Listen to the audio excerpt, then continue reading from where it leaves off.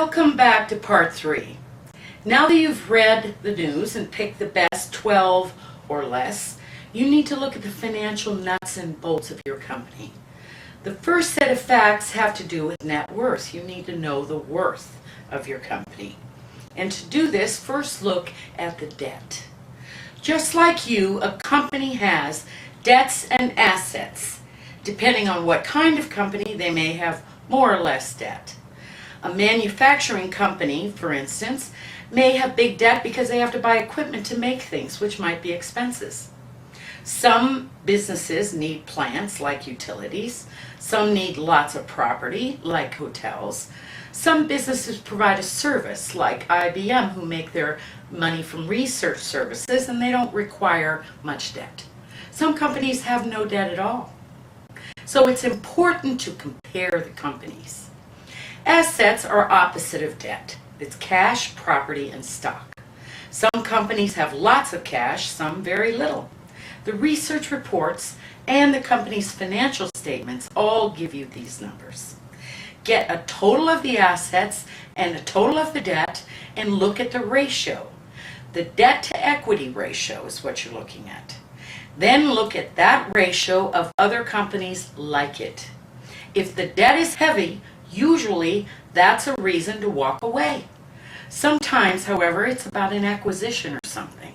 In that case, look for diminishing debt. But general rule of thumb, the less debt, the better.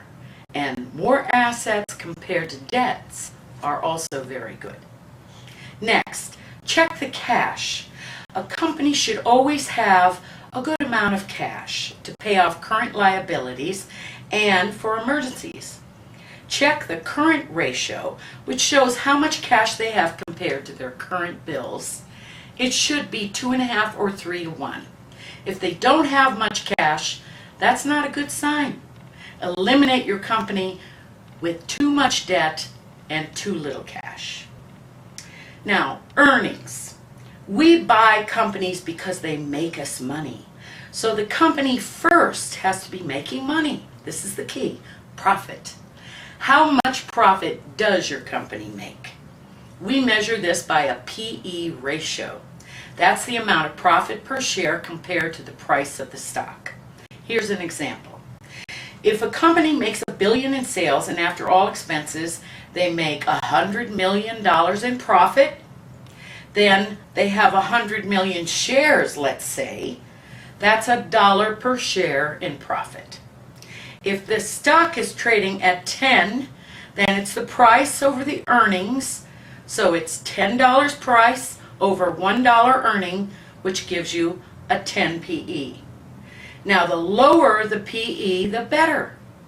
If the PE is too high, eliminate it from your list. Now, annual reports will give you all of the information that you need. So look for the numbers this year, last year, and then the analysts will give it to you for next year and the year after that. Remember, stocks are often discounted for future news, which means they trade on news that may happen in the future. So, if something is going to happen in a few months, sometimes the stock will go up now. On average, analysts estimate stocks trade on news up to 6 months in advance. So we need to look ahead. The news of today is important, but probably already in the stock. So look at the company's plans and we'll make it more valuable tomorrow. The analysts have already figured out what they think the company will earn in profits this year, next year, and the year after that. So use those figures and see how fast the company's earnings are growing. We need to check the rate of growth. For instance, if a company makes $1 this year and $1.20 next year per share, that's a 20% rate of growth. That's really good considering the economy is growing at 3%. Compare the rate of growth with the PE, and we want the rate of growth to be higher than the PE. So we have ABC Company, PE 10, rate of growth 20. Very good. You need accelerating earnings growth. If you don't have that, cross it off your list. Now you've done your quantitative analysis. You need to step back and look at the big picture. Come up with 3 good reasons to buy this profit-making machine. Make it your own. 3 reasons that will grow and prosper in many years to come. It may be new products. Ford, for instance, is planning 27 new vehicles next year, mostly fuel efficient. Would mean a lot more if oil prices were higher. New leadership, perhaps. Microsoft brought in a new CEO and the stock has rallied 40% since then. He made some good changes and the stock is unleashing hidden value. Another reason may be demographics. Healthcare is expanding. Drugs are cheaper. Biopharmaceutical, perhaps. Real estate rentals are going up. Buy an apartment leasing company. You get it. It may be assets. For instance, Yahoo bought a stake in a Chinese company, Alibaba, a few years ago. You probably have heard about it. Although Yahoo has big management problems, their asset in Alibaba has increased enormously. Sometimes the other problems overshadow assets like management, but it's worth a look. Now, after all this elimination, you may have some companies still on your list.